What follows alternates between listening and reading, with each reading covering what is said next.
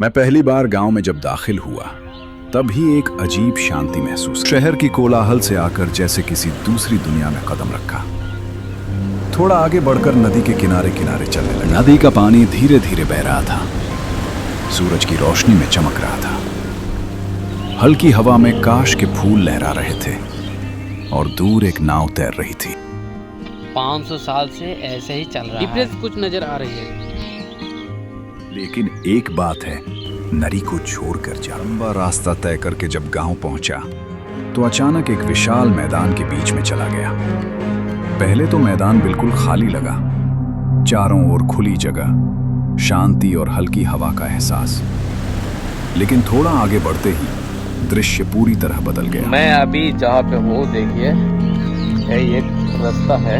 यहाँ पे जो सड़क जा रहा है देखो, ये एक रास्ता, ये एक रास्ता भी। हम रास्ते के बीच में खड़ा हूँ, यहाँ पे मेरा बाइक भी है। और देखो हम मकई का खेत में आ गए हूँ। देखिए हमारा राइट साइड में मकई का खेत है।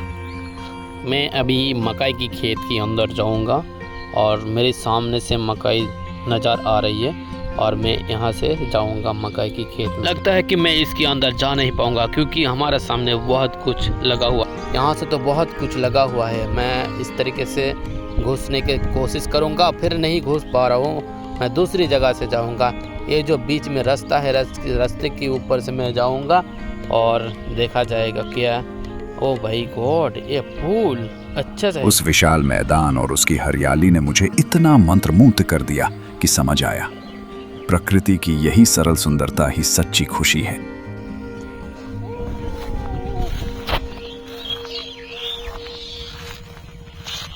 लगता है कि अब मेरा मकसद पूरी होने लगा है क्योंकि हम मकई की खेत के अंदर घुस गया हूँ और यहाँ पे बहुत सारी मकई है। मिट्टी की खुशबू और मकई की टान मेरा को बहुत खींच रही है। अब इस मकई को हम छूने की कोशिश करूँगा क्योंकि हमारा बहुत नज़दीक है ये मकई। ओ माय गॉड, ये तो असली है। मैं शहर से लंबा रास्ता तय करके जब उस खेती की जमीन के पास पहुंचा तभी मुझे लगा जैसे मैं किसी बिल्कुल अलग दुनिया में आ गया हूँ। शहर की धूल, शोर और भागदौड़ से दूर इस शांत हरियाली के बीच खड़े होकर मेरा मन एक अजीब सुकून से भर गया। धीरे धीरे मैं खेत के अंदर चला गया और चारों ओर का दृश्य मुझे पल भर में अपनी ओर खींचने लगा। अभी हमें डर लग रहा है, यहाँ पे कोई भी नहीं है। मैं वहीं ठहर गया। उस पल लगा ये हरा भरा मैदान मेरे मन और आंखों को पूरी तरह मोह रहा है। शहर की भागदौड़ और थकान सब मानो गायब हो गई। जहां तक नजर जाती थी चारों ओर मक्के के पौधे कतारों में खड़े थे। उनके हरे पत्ते हल्की हवा में लहरा रहे थे और उनकी सरसराहट एक मधुर संगीत जैसी लग रही थी। मक्के के पौधे ऊंचे खड़े थे। लगता है ये सब खराब हो गया है। ये अभी पूरी तरह से बिखर गई है और मिट्टी और मकई एक दूसरे के साथ आपस में बात कर रही है, मानो इस धरती की शक्ति और गर्व का प्रतीक हो। मैंने हाथ बढ़ाकर एक पत्ते को छुआ। उसकी ठंडक और जीवंतता ने मुझे इस जगह से और गहराई से जोड़ दिया। मैदान के चारों ओर तरह तरह की फसलें फैली हुई थीं। हरी भरी धान की खेती, गेहूं की कतारें और छोटी छोटी सब्जियों के पौधे। इतनी हरियाली मैंने पहले कभी नहीं देखी थी। हवा चलने पर फसलें एक साथ लहराने लगीं, जैसे प्रकृति खुद किसी मधुर धुन पर झूम रही हो।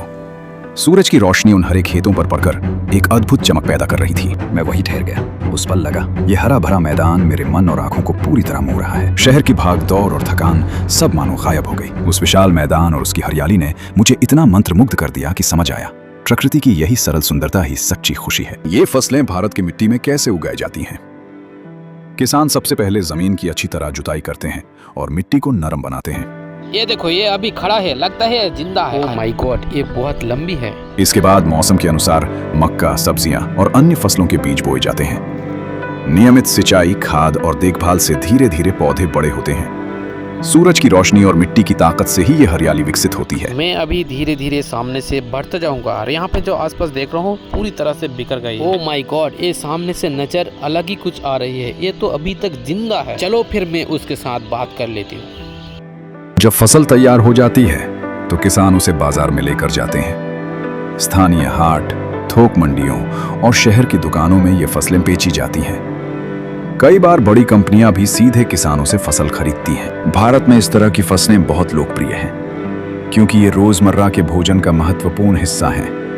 मक्का खाने के रूप में, पशु चारे के रूप में और विभिन्न खाद्य पदार्थ बनाने में उपयोग होता है। सब्जियां शरीर के लिए आवश्यक पोषण प्रदान करती हैं। हमने जो देखा था सामने से वो पूरी तरह से सूख गया है और यहाँ पर जो देख रहा हूँ ये पूरी जिंदा लग रहा है। लगता है ये मेरा साथ बात करेगा, लेकिन मैं बात नहीं करूँगा।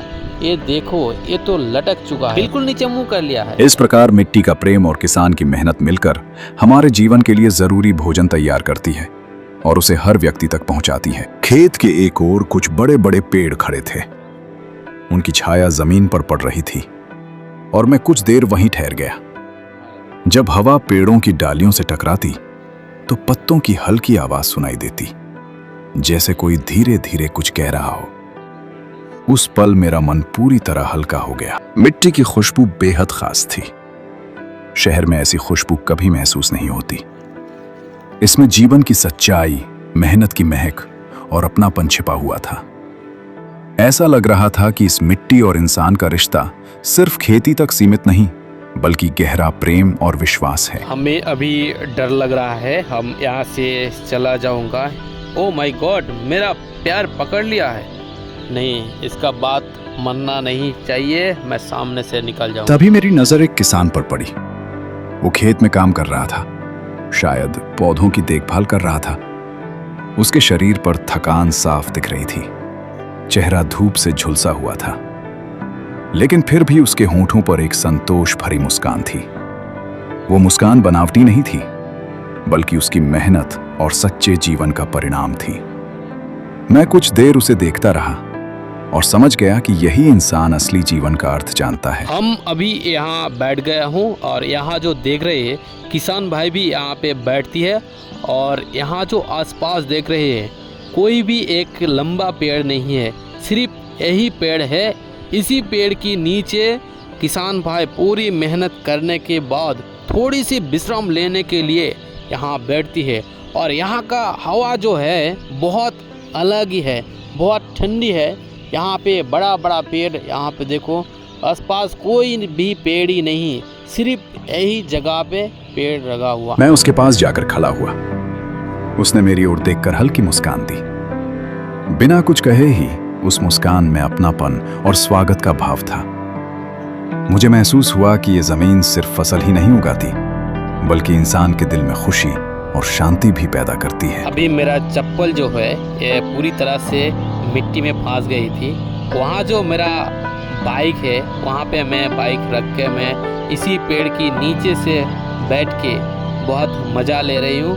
और ये जो पौधे देख रहे हैं छोटे छोटे, ये बहुत ग्रीन कलर की है। मैंने फिर चारों ओर नजर डाली। मक्के के पौधे, हरी भरी सब्जियां, बड़े पेड़, मिट्टी की खुशबू और किसान की मुस्कान, सब मिलकर एक ऐसा दृश्य बना रहे थे जिसने मेरे मन को गहराई से छू लिया। शहर की भागदौड़ और चिंता यहाँ आकर जैसे कहीं खो गई। ओह माय गॉड, ये अभी जिंदा है। ये लगता है मेरा से ऊंचाई होगा, लेकिन इसको छोड़ दूंगा, सामने चलो। उस पल मैंने महसूस किया कि असली खुशी बहुत साधारण चीजों में छिपी होती है। ये खेत, ये हरियाली, ये मेहनत और ये सच्ची मुस्कान, यही जीवन की असली सुंदरता है। मैं चुपचाप खड़ा होकर उस पल को जीता रहा और मन ही मन तय किया कि इस अनुभव को मैं कभी नहीं भूलूंगा। अब मकई की पौधों की जंगल से अभी धीरे धीरे बाहर निकल रहा हूँ और सामने से एक पेड़ दिखाई दे रही है। ओह माय गॉड, इसी पेड़ में तो कुछ भी नहीं है, सब कुछ खाली पड़ा है, कोई भी पत्ता वगैरह कुछ भी नहीं, सिर्फ 2-4 पक्षी बैठा हुआ और आपस में बात कर रहा। 3 रास्ते आकर एक जगह मिलते हैं, एक छोटा सा मोड़, लेकिन उसके भीतर जैसे कोई अनोखी कहानी छिपी हुई है। हम अभी बाहर आ गए हूँ, मैं उसकी अंदर थी। वहाँ जो देख रहे बहुत बड़े बड़े पेड़ है, उसी के नीचे में बैठा थी और हम अभी रास्ते पे चल रहा हूँ। ठीक बीच में एक बाइक खड़ी है, मानो किसी की यात्रा अचानक रुक गई हो। बाइक में चाबी नहीं है, आसपास कोई दिखाई भी नहीं दे रहा, फिर भी ऐसा लगता है जैसे कोई यहीं कहीं पास में है। सामने से तीनों रास्ते अलग अलग दिशाओं में सीधे चले गए हैं। हम अभी मोड़ पे हूँ और यहाँ पे तीनों रास्ता है, एक एक करके एक ही दिशा में अपने अपने जा रहे हैं। और यहाँ जो रास्ता जा रहे हैं बहुत दूर तक एक रास्ते पर हल्की धूल उड़ रही है, दूसरे पर हरियाली अधिक है। ओह, यहाँ पे स्कूल की बच्चे की तरह बोर्ड भी लगा हुआ है, पता नहीं कौन सी बोर्ड है। और तीसरा रास्ता चुपचाप दूर कहीं खो जाता है। रास्तों के किनारे तरह तरह की हरी फसलें उग रही हैं, धान, सब्जियां और छोटे छोटे पौधे। हवा चलने पर वे लहराते हुए जैसे आपस में बातें कर रहे हों। ये रास्ता अजीब सा लग रहा है क्योंकि सामने से कुछ दिखाई नहीं दे रहा, बिल्कुल काली पड़ गई। लगता है सूरज घर जा रहे हैं, घर गई है, इसीलिए यहाँ पे पूरी रास्ता काली काली दिखा दे। सामने जो पेड़ दिखाई दे रहे हैं बहुत अच्छे लग रहे हैं। मोड़ के दाईं ओर एक खाली मैदान है, वहां कुछ नहीं है, फिर भी उसकी खालीपन में एक रहस्य छिपा हुआ है। लगता है इसी रास्ते पे कोई जा नहीं रहा, किसी को दिखाई नहीं दे रहा। मैदान के पास ही एक छोटा सा तालाब है जिसमें थोड़ा पानी जमा है। पानी की सतह पर आसमान की परछाई और तैरते हुए बादल एक अद्भुत दृश्य बना रहे ये हैं। रास्ता तो बिल्कुल खाली पड़ा हुआ है। हम यहाँ नहीं रहूँगा क्योंकि यहाँ रहना मेरा अच्छा नहीं होगा, क्योंकि पता नहीं कौन सी जानवर आके मेरा को आक्रमण कभी भी कर सकता है। यहाँ बिल्कुल खाली पड़ा है, यहाँ रहने से अच्छा वापस जाना बहुत अच्छा ही होगा, मेरा भला ही होगा। ऊपर से हमको ठंड भी लग रहा है और हमारा अंदर धीरे धीरे डर पैदा हो रही है। हम यहाँ से जल्दी निकल जाऊंगा। अचानक हल्की हवा चलने लगी और चारों ओर एक मधुर सरसराहट फैल गई। ऐसा लगा जैसे ये मोड़ सिर्फ रास्तों का संगम नहीं, बल्कि समय, यादों और अनकही कहानियों का भी मिलन स्थल है। सामने जो खाली मैदान देख रही है, अगर इस जगह पे हम जाऊंगा तो पता नहीं कौन सी जानवर आके मेरा को कभी भी गुम कर सकती है, लेकिन उस जगह से बचने के लिए यहाँ से ज़रूर निकालना होगा, क्योंकि ये जो रास्ता जा रहे हैं एक भी इंसान यहाँ पे दिखाई नहीं दे रहा। बहुत डर लग रहा है यहाँ पे। भारत के पश्चिम बंगाल का एक प्रसिद्ध खाली मैदान, जहाँ कोई फसल नहीं है, सिर्फ फैली हुई धरती और ऊपर खुला विशाल आकाश। मैदान के तीनों ओर से तीन रास्ते आकर मिलते हैं, मानो तीन अनजानी कहानियां यहाँ ठहर गई हों। अगर यहाँ से हम निकल गए तो दोबारा कभी नहीं आऊँगा। ओ माय गॉड, एक तो आदमी आ रहे हैं बाइक से लेकर, मैं उसको फॉलो करता हूँ, देखूंगा वो आदमी कहाँ जाएगा। लगता है हमारा वो भलाई करने के लिए। एक दिन शाम को हल्की हवा चल रही थी और आसमान में बादल धीरे धीरे तैर रहे थे।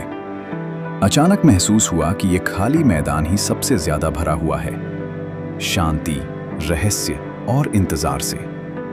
कौन जाने किस रास्ते से कौन आएगा और यहाँ एक नई कहानी शुरू करेगा।